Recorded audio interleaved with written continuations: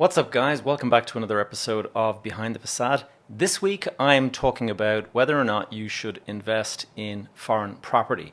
Now, it's a question that has come up numerous times in my LinkedIn messages or in my Instagram feed, whatever it is, wherever the question comes in from. I get this question quite a lot, and it usually comes in two forms. The question comes either, should I invest in foreign property? Should I buy foreign property? Or it comes in the form of, how should I go about it? And there's two different things. First of all, there's the rationale behind whether you should do it or not. And then there's the actual methodology that you should take in order to do that. I've got quite a bit of experience in this. As you know, if you're a listener for a long time, you will know that I've owned property, or I still own property in various parts of the world. I've bought in the UK, I've bought in New York City. I had a beautiful penthouse apartment in New York for many years. And I also have a beautiful villa in Spain. I own property in Spain. I had apartments in Spain. I had commercial retail in Spain. I was also part of a big corporate transaction in Dubai. I was working in Qatar for about a year and a half. I've traveled to Bulgaria to look at property there. I've traveled to Cyprus to look at property there. I've traveled to the Czech Republic to look at property there. So I've looked around. I've also looked at property in France. Thought about buying in France quite a few times. And I've also looked at property in ski resorts in various places that I've gone to on ski vacations. And I've decided, this would be interesting to have a look at. So I've looked around, and it's going to be the question that we cover today. So sit back, and without further ado, I'm going to answer the question, should you invest in foreign property?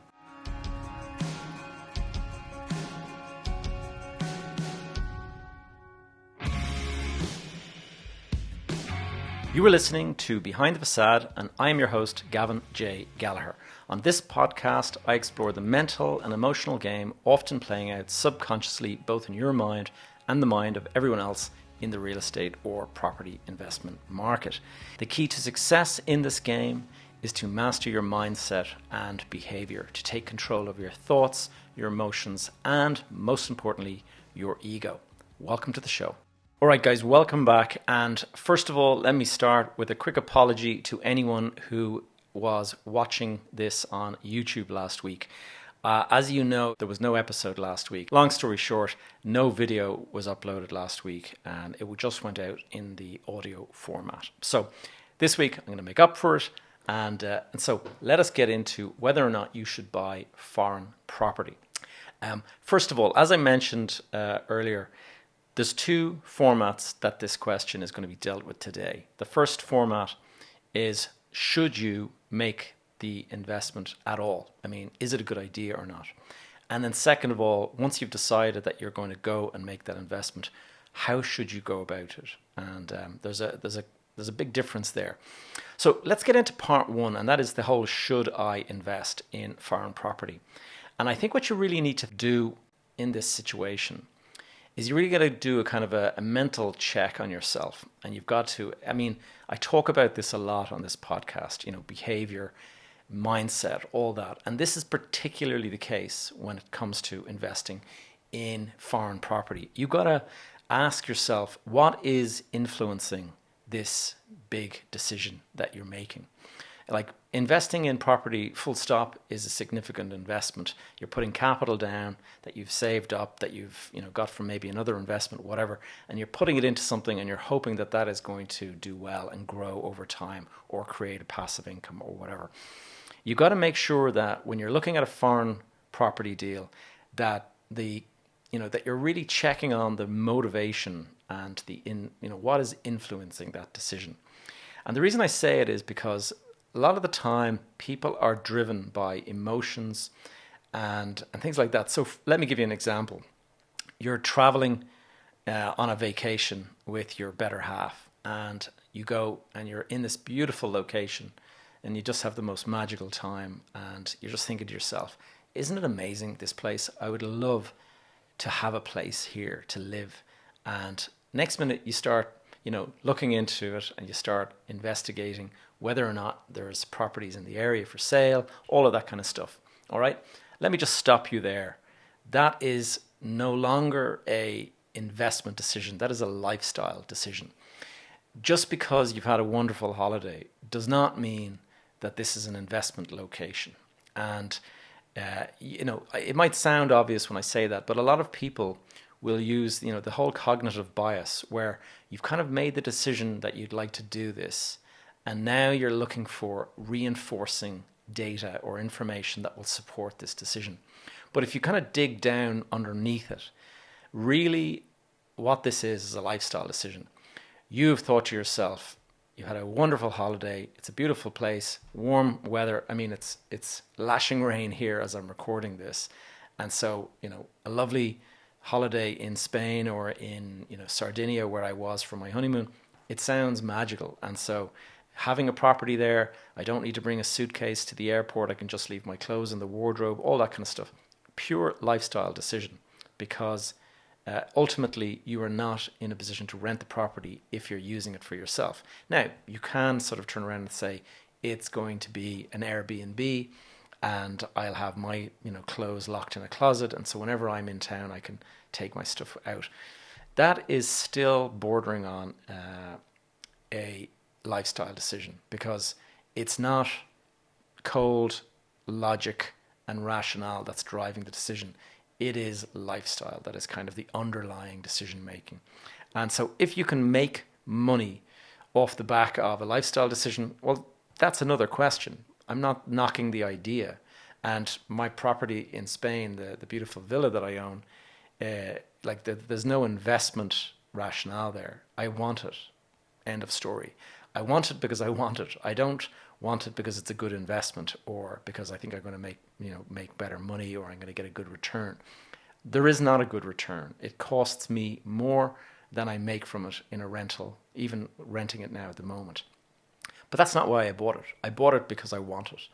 And you've got to ask yourself, do you want something because you want it, or do you want it because you think it's a good investment? And just do that mental check on yourself. I think it's worth just questioning that. Now, if you are looking around in a location, like I'm going to use the example of Spain because I'm so familiar with it, having lived there for many years, you're going to meet local agents. And the first property I ever bought abroad was in Spain. And it was after a visit to a hotel in Dublin. And I had lunch with my wife. And as we were leaving the hotel, we noticed a sign saying Spanish investment property. Investment property, of course, being the key word. So we thought, let's pop in and have a look at this. And there was all these signboards up and it was talking about this location. And really beautiful photographs. You can get an inkling straight away of the lifestyle. It all feels really, really good. And so from my point of view, straight away it was like, wow, this looks amazing. Had a look at the drawings that they had. They were building this development. And so these were being sold off plan, as they say. And it means that the building is not yet built, but you can put your deposit down and you can stage pay your way to the property being delivered to you. And in this case, it was about 2 years away, 2.5 years away. So from the rationale, from my point of view, was, okay, I have the money right now to put a deposit down, and I have 2 years to come up with the rest of the money. And in fact, it wasn't exactly like that. It was every 6 months or so, there was an additional payment due. And that became complicated, by the way, but I'll leave that story to a little bit later. The local guy that was selling it was a salesperson, and I was asking the questions, is it a good investment? And he was like, yes, very good investment. You could double your money, all of this kind of stuff. Clients of his had done really well, they had seen like a doubling of their money and whatever.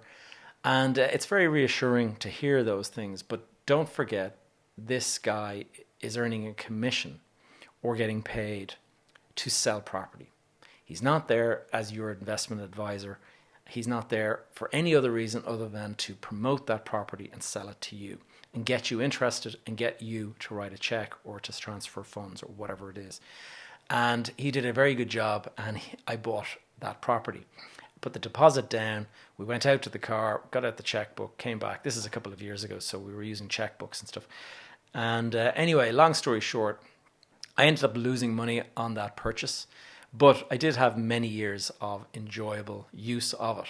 And, so you've got to kind of weigh up the pros and cons. But as an investment, in the cold light of day, it was a dreadful investment because I put money in, I held it for many, many years, and when I sold it, I made a loss on the actual property. It didn't go up at all. It actually lost money over those 10 years that I held the property. So dreadful investment, but fantastic lifestyle decision. Was very pleased that I had all of those years. Leave those two questions to the side. Now, the next thing is, where is the information coming from? If it's not an agent, if you actually are reading about this, well then maybe, you've actually got some good information there, and maybe it's worth looking into this in more detail. You look at, business magazines and business newspapers and stuff, and they often have articles about, markets in different parts of the world that are up and coming and stuff. And so that can be a good rationale behind it. But you've also got to be wary of advertorials, as I think they're called. And this is where it's really an advertisement, but it is written like it's an editorial, and it's written in a certain way to trigger those emotions in you that you'd love to go and buy this property and all of that kind of stuff. So just bear that in mind, that you've got to make sure that wherever the information is coming from, it's not motivated by the seller or the transaction. It's motivated by somebody who is actually trying to help you find good investments and decision making around that. Try to go deep on that whole question about what is your motivation. Is the driver that your home market has become too expensive? That is a big driver for a lot of people. They have money saved up for a deposit, and they're looking around at property here, say in the Irish market or in the UK market or wherever it is in the world that you're listening in from. And if you're listening in and it's your home market and it just seems like it's gotten a little bit expensive in the last couple of years, and you're finding it more and more difficult to bid on property, you're looking at stuff you just can't find value, that is not necessarily a good enough reason to go and start looking abroad, because you know nothing about foreign markets. You know nothing about whether or not, you look at a place, you're looking at a 2-bedroom apartment and it's going to cost you X. And then you look at foreign property, and for the very same money, you can get a 4-bedroom apartment. That might look like a much better market for you, and you might be comparing it, but it doesn't necessarily mean, it could be at the very top of the market there as well. And nobody locally is buying that property. But in comes the foreigners, and they don't know anything, and of course they buy up property. And that is exactly what happened to me when I bought that first property that I mentioned a little while ago. And so just do that whole questioning on whether or not the reasons you're buying are really justifiable. Is it there? What do you know about that market? And be really honest with yourself. Do you know about that market, or have you just got caught up in the emotions? Where is the data coming from? Is the data coming from a reliable source? Is it coming from a person motivated to sell? Just to give you an idea, local agents in Spain back in the early 2000s, that's when there was a kind of a big boom going on in the Spanish market. And people were buying property and they made a lot of money. They bought property cheap, and it doubled over a couple of years. So the Spanish market went through a doubling. And so it was a good time to buy in the very early 2000s. It wasn't a good time to buy in the mid 2000s, because by that stage, the property had already doubled. So you were coming in at the tail end. But what you've got to know is that the local agents that were selling those properties, they were on a commission, in some cases of up to 20% of the value of the property. Now, these were low value apartments. You could buy an apartment back in those days for probably 60,000 or 70,000 euro, we'll say. And the agent would be walking away with 20% of that, which would be 14,000 in the case of 70,000. 14 grand of a commission. You can imagine what the motivation is to earn that kind of return. And so they will tell you anything that you want to hear in order to kind of complete that sale.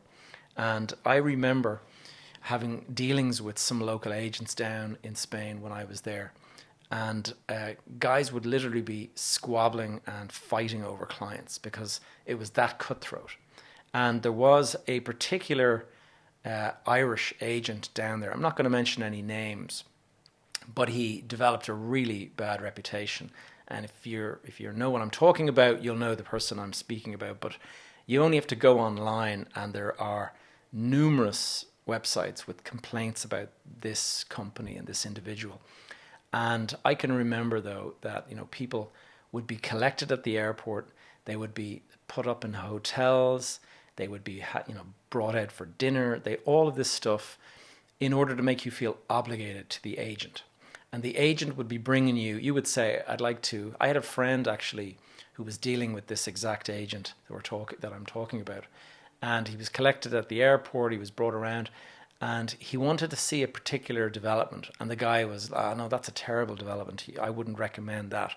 He wouldn't recommend it because he was not getting any commission on that particular property. He wanted the guy to buy where there was a commission.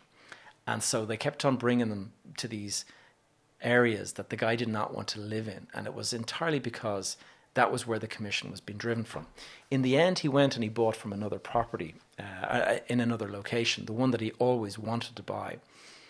And he got this irate phone call from the agent giving out to him saying, like, "How dare you buy? I put you up in a hotel and I did this and all that."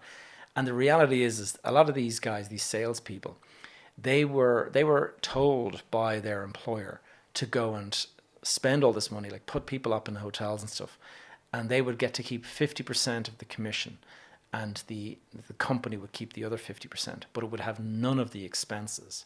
So these agents could go and make a fortune if they were good salespeople, if they could dupe people into buying property. They could make a lot of money very quickly.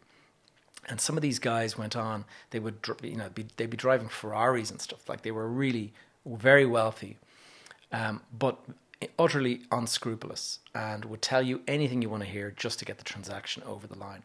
So nowadays we probably know a little bit more about this and would be more wary of it. But at the time, this was a really rampant. And anyway, enough about that particular one. There was, just needless to say, if somebody is buying you lunch and putting you up in hotels and doing all this kind of stuff, there is most definitely a lot of motivation there. And so they're obviously earning a pretty decent commission, and therefore take anything that they give you with a pinch of salt, because there's going to be questions around how honest the information that you're getting. Now, the next question, and it's again around your mental mindset and stuff, is, are you being motivated by envy, or are you being motivated by greed, or are you being motivated by, I think envy is probably the best way to put it, because I've seen before when you travel to a foreign country and you bump into a friend, or say you've arranged to meet a friend down there and the friend has already bought in that location.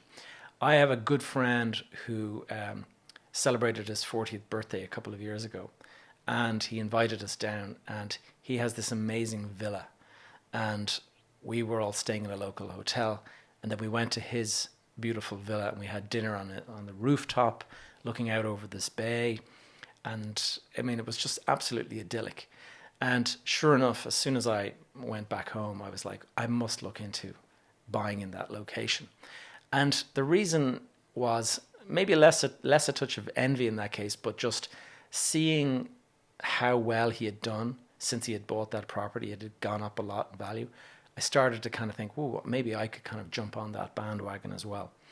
And so if somebody is doing well, you're naturally going to start to feel like maybe you can jump in and feel some of that, and experience some of that uplift. The other thing is the envy. If you're sitting in somebody's home and it's like really feels spectacular and the location is amazing and stuff, that little green monster sitting on your shoulder is whispering in your ear and saying, this could be yours. You could own this too. This guy is no smarter than you. You could do this as well. And so you just got to be careful that your emotions around this decision are cold, rational investment logic, that you are not being driven by this kind of just envy or greed or any kind of a thing that just is not a kind of cold, calculated decision made for the very right reasons. And there's a whole psychology to remember when you're dealing with people who have bought something, whether or not it's investing in crypto, whether it's investing in NFTs, the stock market, or property. Is your friend who is telling you this story is always going to sell the story positively, or more often than not, they're going to sell you a positive story. So you're not going to hear I regret so much buying this property. You're going to feel like, yeah, you should buy it too, man. It's a beautiful location. We've done a great deal. We're so delighted we bought. You're going to hear all of this, and that is because most people don't want to feel like a fool, and so they will tell you that this was a great decision. This was the best decision of their life. All of this kind of stuff. And what they're trying to do is validate their own decision to make the investment. And maybe they do have underneath it all, maybe they have regrets, or maybe it's costing them more than they like, but they're not going to necessarily advertise that to you. And so by you buying in that location, you're also validating their decision, and it makes them feel better about themselves. You see their success, you want a little bit of that. That is also a driver. Just remember, perception versus reality, two different things. One of the reasons why everyone loves Instagram is because you got that great feed with all of these kind of amazing, photographs that have been, airbrushed and touched up and all this kind of stuff. And you can present the perfect life where you're, sitting in, a jet airplane, and you're sitting in your fancy car and all this. The reality is often that it's not your plane at all. You're just literally sitting on a set. It's not your car. You've rented it for the day. This is the reality versus the perception. You can seem like, this is a very successful guy. Look at the lifestyle. Maybe it's all, fabricated and it's not real. And friends can also be guilty of that. So just be aware of the emotions that are playing out when you go and visit a property that a friend is living in or has bought or whatever. And remember that whole validation thing. Time will tell whether or not it was a good investment. Just because the market is up now doesn't mean that it's not going to crash and he's not going to experience a bit of a downturn in the future. And, when did they invest is the other thing. When somebody is telling you that they've done really, really well, you got to ask yourself about the timing. I mean, if they bought 5 years ago, well, yeah, anyone who bought 5 years ago is doing well today. That's the thing. It doesn't necessarily mean that you can go and buy yourself and you're going to feel that, uplift as well. Now, that's part one. And just to kind of finish the point, I'm not saying that there's anything wrong with investing foreign property. I'm not against it in principle, but just be sure you're doing it for the right reason. Just do that little bit of a mental check and make sure that all of those things that I've mentioned are not there. If it's a decision that is cold and it's logical and all that kind of stuff, then it can make a great deal of sense. And let's get into now part two on how you should go about doing it. Now, there's a lot of different unknowns when you're buying a foreign property. And one of the first things that is going to pop into mind, and it was the first stumbling block when I bought my property in Spain, and that is that at the time that I bought, I did not speak the language. And if you don't speak the language, you're automatically on the back foot, because you have to get a solicitor to do the investment for you. And I remember sitting in the room with my solicitor who I had hired, dealing with the solicitor for the company that was selling the property. And you sit down and you're like a dumb mute who has no idea of this conversation that's flying back and forth, but then they're laughing and they're joking and all this, and you're just there like kind of looking back and forth wondering, are they laughing at me? Do they know each other? Like, what is the emotion? And you don't know anything. And that is a pretty tough initial thing to kind of experience. And so, first of all, do you speak the language? If you do speak the language fluently, it does put you at an advantage, certainly in terms of your decision making around it. Now, in my case, I went off and I actually learned to speak Spanish, and I did a really incredible language course, and it cost me quite a few thousand, but it was 7 days, 10 hours a day with a professor. And at the end of 7 days, I was fluent in Spanish. And that sounds like a bullshit claim, but it's actually true. It involved hypnosis and all sorts of stuff. And I've actually recommended this guy to a few people since, and they've gone off and they've got the exact same experience that I did. So it is possible to learn a language very quickly. Spanish is easier than, I've tried to learn Russian. It's not quite as easy. Anyway, I'm not going to get distracted by this little sidebar. First thing that you don't know about buying property is the legal system. And there is so much. If you're an investor in your home market, you by now probably know all of the legal ins and outs. You've dealt with it a few times. And in which case you already know how to go about it. Your solicitor, you know probably a little bit about the tax, all of that kind of stuff. And you know how much of a deposit is required. You know how long it takes to find, to get the property rented. You know what a lease, a local lease looks like, because this is something that you're doing day in, day out. As soon as you go to a new market, it's entirely different. First of all, you've got legal documents that you're not going to be able to read. Second of all, the system, the actual legal system can differ. Now, if you're listening in Ireland or if you're listening in the UK, you're going to be familiar with the property laws in those countries. And Ireland and the UK have very, very similar property law. If you go to the continent in Europe, it's totally different. They go by the Napoleonic laws. And Spain also has a kind of a system that is similar to that, similar to the French system. And the laws are different. You need a notary. When you buy in Ireland and the UK, you use a solicitor. But in Spain, you have to go and you have to use a public notaire or a notary. And that adds a layer of complication. And it means that if you want to do anything, any transaction or anything like that, you've got to go and sit in front of a notary. And that adds extra time, it adds extra complication, it adds all of these kind of layers that I had to learn on the go. And it also means that you don't know, in the event of, say, default with your mortgage, what's involved with the mortgage. How do you go about getting the mortgage? How quickly can you get a mortgage?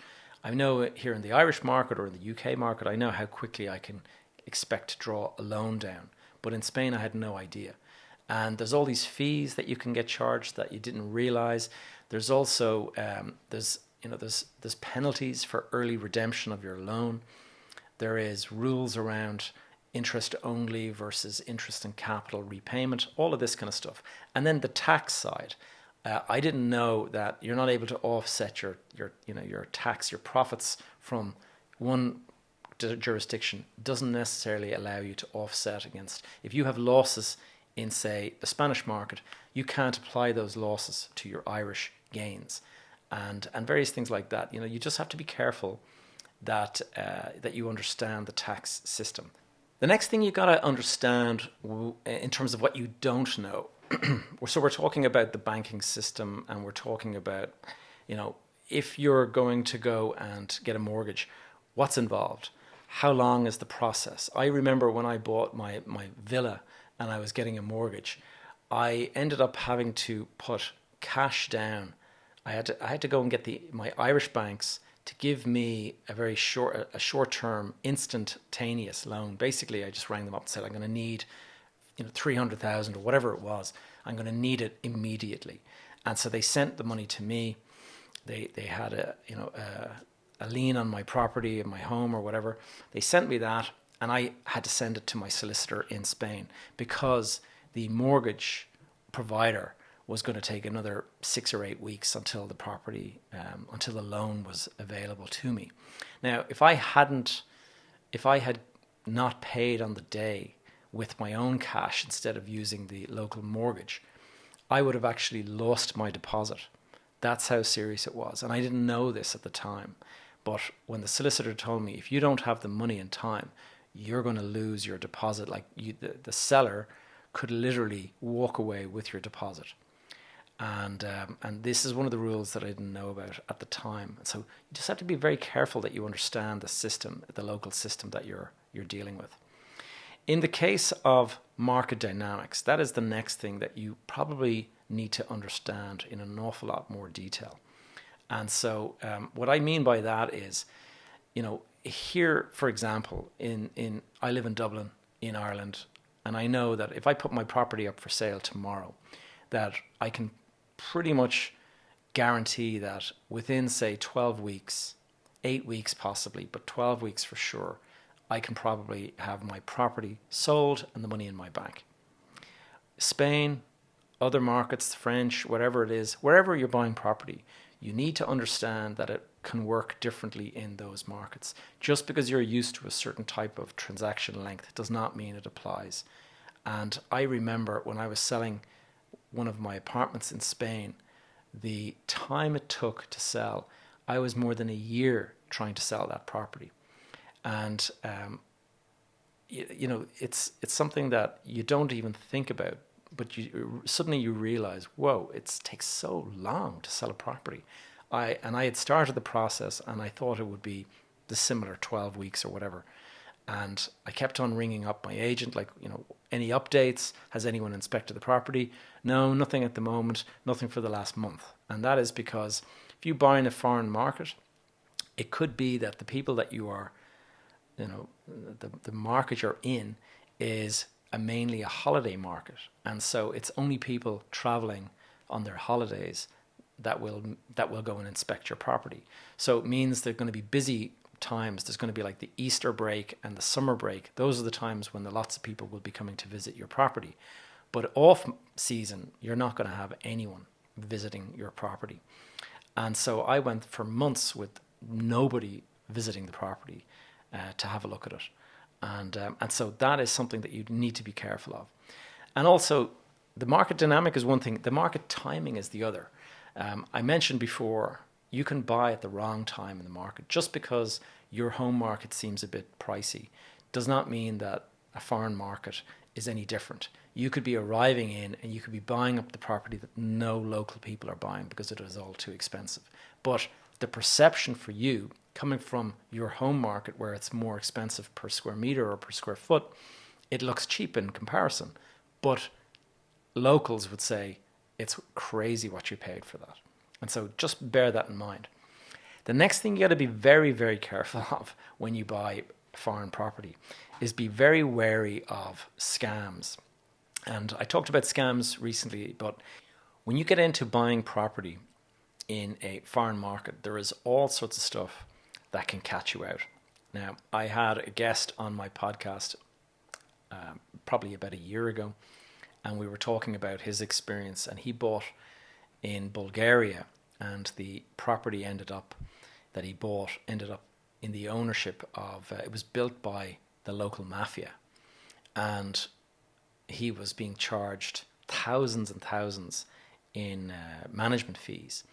And himself and all of the other investors, they grouped together and they kicked out the management company, and they got somebody who actually owned one of the properties that was living there locally.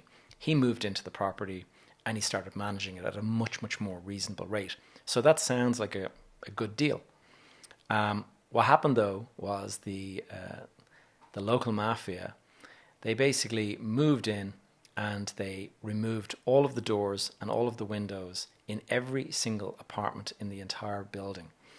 And when the owners that had been screwed over, they went to the courts to get all this property put back, and the court was obviously in the pocket of the mafia. And they said they looked at the documents that people had signed, and it was that you've bought a property, but the windows and the doors are owned by this management company, and that because you fired the management company, they have the right to take these windows and doors with them. And that now sounds absolutely ridiculous. That's what happened, and the property ended up completely without value. And my friend who came on the podcast at the time told me that he had spoken to somebody that was still involved in that scheme, and still today, like a decade later, no windows, no doors in that development because it's owned by the mafia.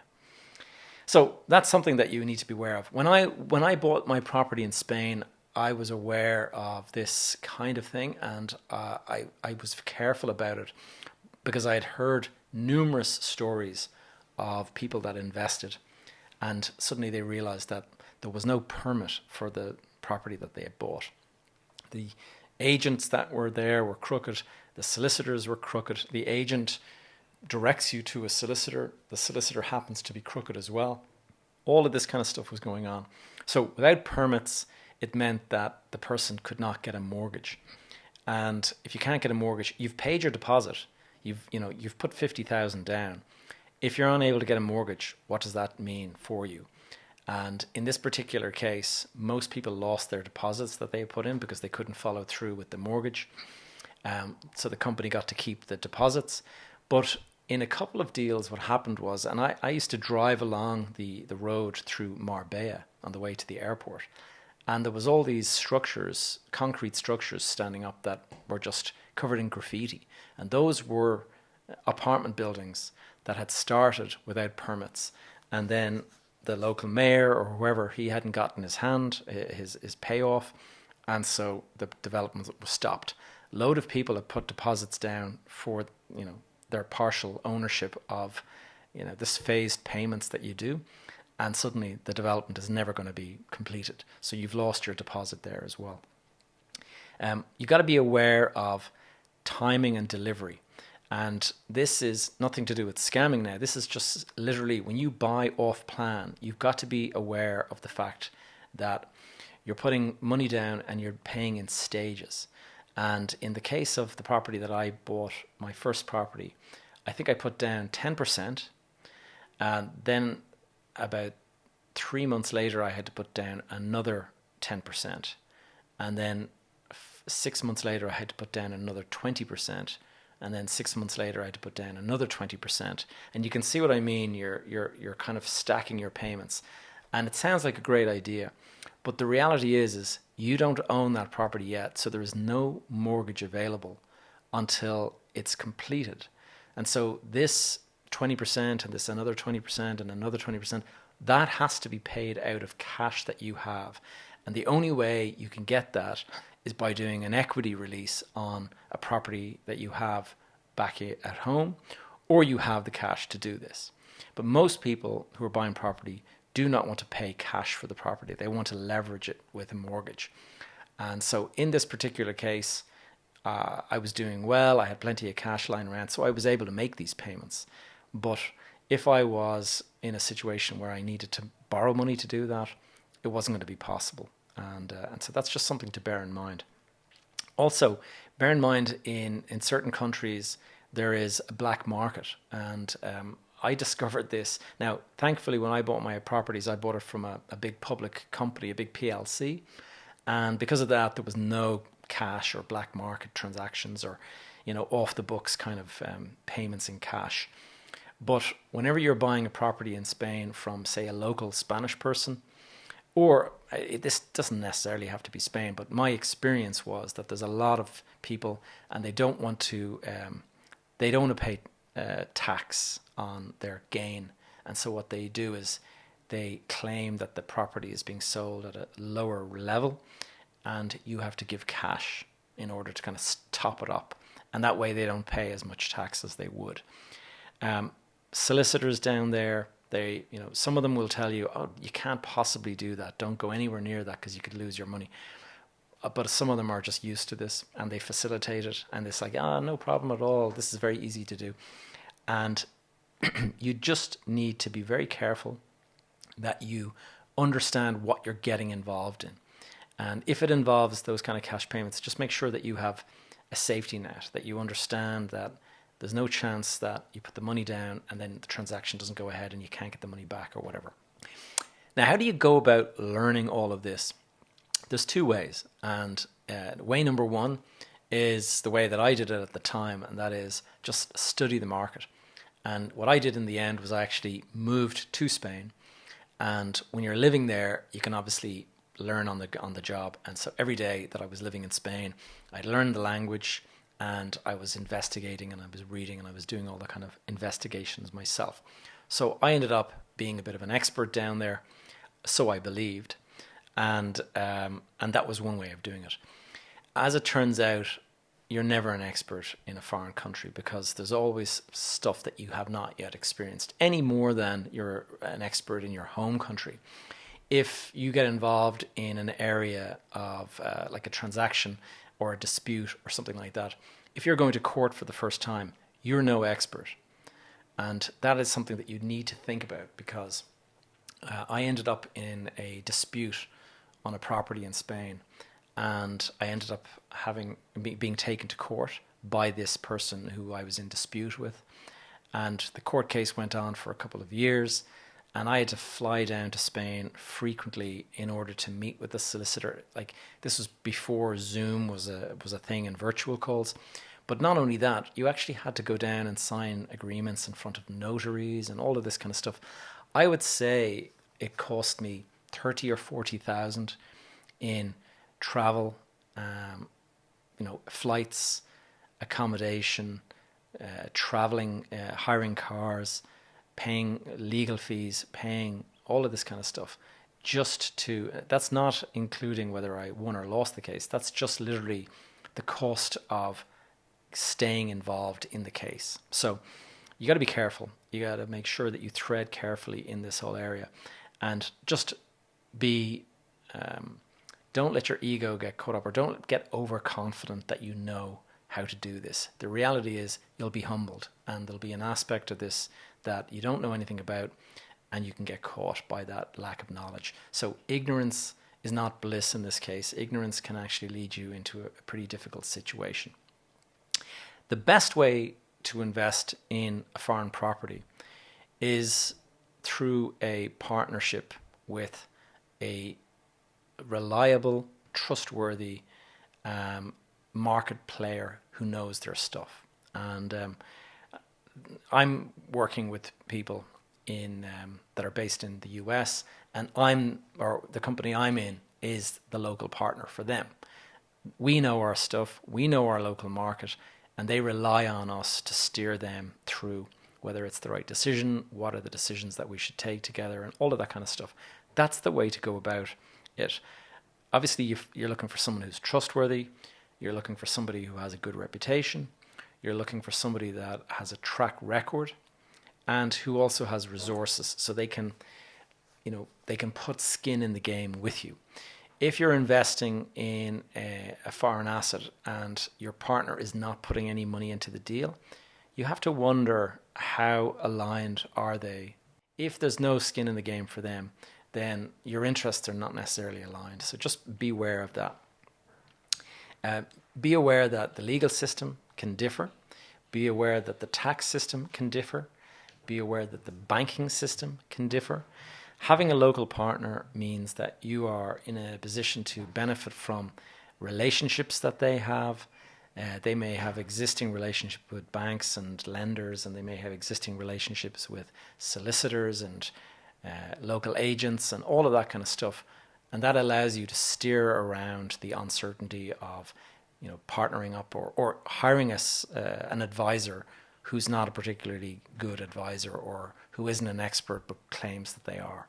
All of that stuff is something that you need to be careful about. And finding a good partner does help you sidestep a lot of those issues. And the big thing about your foreign partner is the market dynamics. Like, a lot of the time they will know whether it's the right, if they're prepared to invest in a deal, then you should know that, okay, it sounds like this is a good deal to go and put in. If my local partner wants to invest in this property, then there's a good chance that he knows something that I'm not going to know, and therefore I'm going to ride on his coattails and I'm going to get into the deal. Now, the ability, knowing the market, the dynamics and stuff like that, the ability to buy the property, sell the property, how long that's going to take, how to go about the marketing of it, all of that stuff, a partner is going to easily be able to guide you on all of that stuff. Whereas you're going to have to try and learn this yourself otherwise. In terms of market timing, I have experienced a lot of positive timing and negative timing. I have friends who invested in the Brazil property market in Brazil, and they made a good return. I mean, they bought at a time when property was rising quickly in Brazil, and the lifestyle in Brazil was starting to rise. The economy was growing, and people bought there, and they experienced four x their money, in some cases 5x their money. Fantastic investment market to put your money into. When I invested in Spain, I invested at the top of the market, and my investment fell back. The beautiful villa that I own today, it still hasn't reached the price that I paid for it. It fell after 2008, and it has risen a lot since then. It's come back up a lot, but I don't think it has even reached the level that I had paid for it back in 2008. So you're not always going to get it right. And if you've got a mortgage, that's a problem. If you've got the resources to hold on to it, well, then obviously you can make that decision. But as I mentioned before, this wasn't an a rational investment decision. This was an emotional lifestyle decision in the case of the villa in Spain. Dubai property, we just timed it perfectly when we did our deal in Dubai, and like there was a 10x more than 10x return in that deal.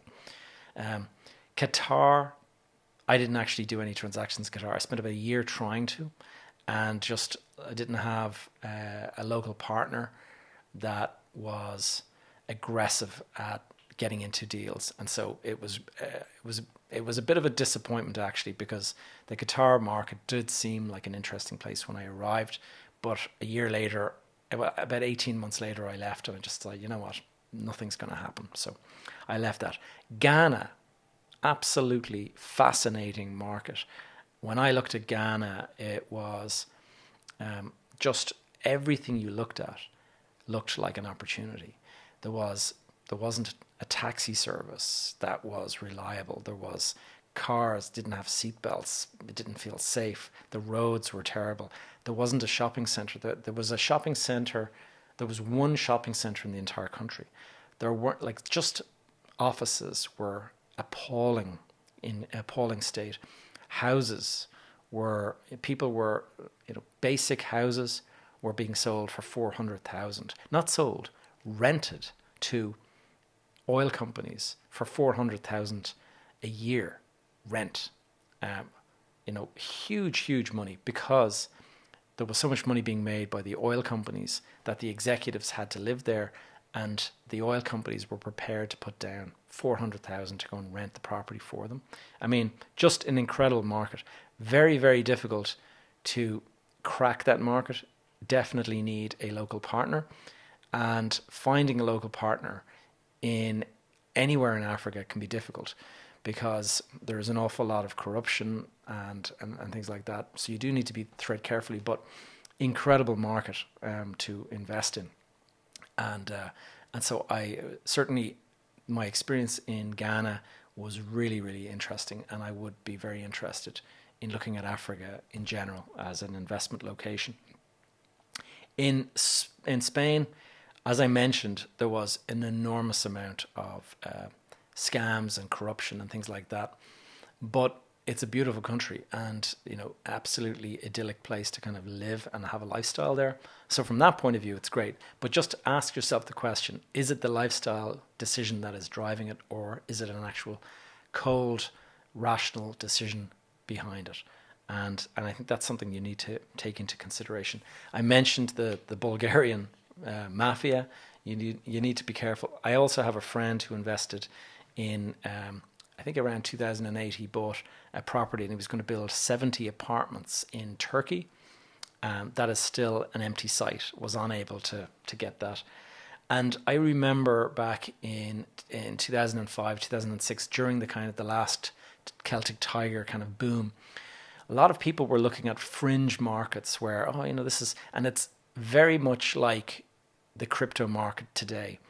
People, they're looking at Bitcoin. Bitcoin seems a little bit expensive, so let's start looking at these fringe coins, these stable coins and stuff. And they look a lot cheaper, and maybe they'll grow much faster. And the exact same thing was happening in property. So I can remember being told about Cape Verde, which is an island off the coast of Africa. and you could buy property there, and it was rental property, investment property. And I can remember looking into it and thinking, hold on, how do I go down there to solve a problem? You had to get multiple flights to get down there. It was something like, I can't remember exactly, but I think it was like an 11-hour door to door to kind of fly down there. And anyway, I can imagine anyone who invested in those islands just regretted it later, because I don't think the price would ever rise again. But not just that, there's things like, you can buy in locations in France and different parts of Europe where there's a Ryanair flight or an EasyJet flight that flies to that airport. And you think, look, this is great. I can fly in, I can fly out. But the reality is those flights are not guaranteed. And a year from now, 2 years from now, they might decide to stop that destination and no longer go there. And suddenly you're into a situation where in order to fly there, you now have to change flights and fly to another country, and then hire a car and drive for hours. This is the kind of thing you just need to think about. Think about the ability to access your property in the event that there's a problem and you need to sort it out. Choosing the partner, just getting back to that, you want to make sure that whenever you're dealing with a local partner, that there is no pressure to act.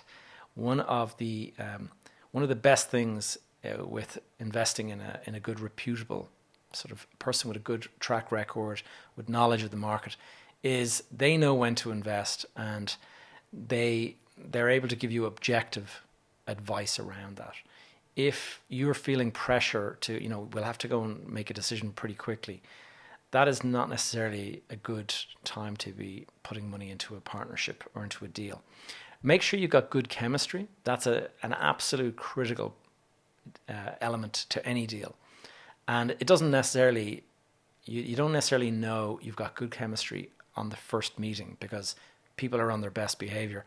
I've partnered with people who turned into really difficult assholes, and I have a no asshole rule. And it didn't become obvious until maybe a couple of months later, when we had already spent a lot of time together, and suddenly the true nature of this person started to come out.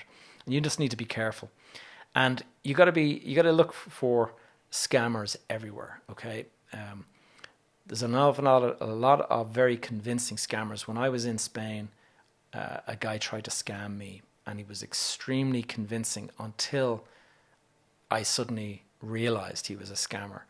But that was after I'd spent a couple of weeks doing all of this hard work in order to kind of impress him. And in the end, he asked for too much money. And I realized, this is a scam. I don't believe it. And I had to quietly bite my lip, because I suddenly realized, whoa, how do I know that this guy is not a part of the mafia or something? And if I now accuse him of being a scammer, he's going to suddenly turn nasty or something. So you got all of those kind of considerations. Also, be aware that you might have a honest partner who just happens to be out of touch or incompetent. And so be wary of taking, just because you've got a local partner, you do have to, sense check what they're saying, make sure that they've got, solid assumptions, and you have a debate with them as to why this is a good investment. Don't just fall hook, line, and sinker for what it is they're saying. This is how you educate yourself around that market. If you're saying, well, hold on a sec, what about this? They're going to explain why that works or why that doesn't work. And this is a way for you to educate yourself. And watch out for people that are way too confident. That they may be good guys who are they've had a really good run of luck. They're doing really, really well. They haven't experienced a big downturn yet or something like that. And that kind of confidence can do damage, and you've got to be careful of that. Foreign investment, it can be very, very rewarding, and you can make a lot of money doing it. So I'm not going to say that it's a bad idea, but if you get it wrong, it is far worse than getting it wrong in your home market. Because in your home market, you can at least deal with the situation without having to travel. But when you have to go and get on planes and hire hotel rooms and car hire and all this, it becomes really, really irritating that you're losing money on this deal and you're having to spend all this money just to extract yourself from what you already know is a lost cause. Be aware that travel and going to these foreign places at the outset seems glamorous, and that is something that, again, sense check and do a bit of a mindset check.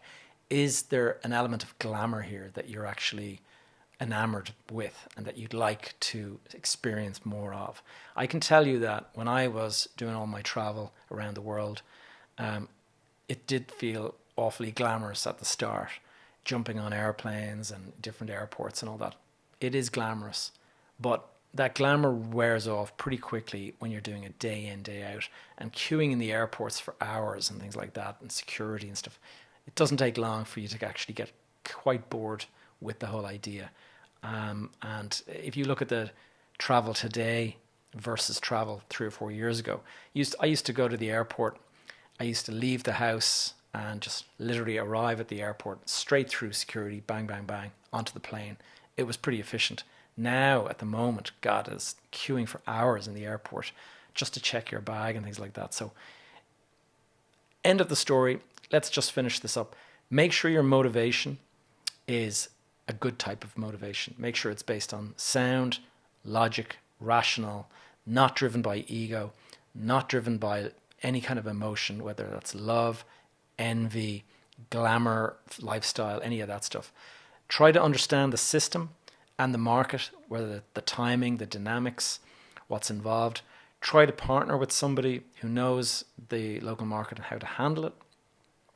Even if you have to pay your partner locally to look after the deal, it can be an awful lot cheaper to pay a fee to your partner than it is for you to have to jump in an airplane and fly there every time you need to deal with something. And so just bear that in mind. A good partner, a good advisor is worth their weight in gold. Bad advisor, bad partner, you could actually lose all of your capital. So just be aware of that. And if your home market is too expensive, check on your mindset there and just ask, maybe the thing to do is actually just park my cash in a deposit account right now and just build my cash reserves. Buying in a foreign market just because your home market is too expensive is not good enough rationale in my book. Hope you found this useful. See you same time next week. All right, guys, thank you for tuning into another episode of Behind the Facade. If you enjoyed this episode or found it useful in any way, please take a moment to leave a review. The reviews really help us in terms of just being discovered and getting recommended to other listeners. The other alternative is for you to share the episode. Do a copy and paste of the episode, share it with a friend you think might find this useful. Maybe somebody out there is thinking about investing in foreign property, and this could be a useful episode for them. If you have any questions or topics you'd like me to cover in future episodes, you can either leave a comment down below suggesting it on YouTube, or you can connect with me via my Facebook group, and that is called Behind the Facade Community. You can also check out I have a questionnaire. I call it the Property Investor Readiness Test. And there's a link to that in the show notes below, either in YouTube or in the show notes for the podcast itself. You're going to find me using the social media handle Gavin J. Gallagher, and you can stay up to date with any projects I'm working on just by visiting my website, gavinjgallagher.com. That's all for now, guys. Hope to see you again next week.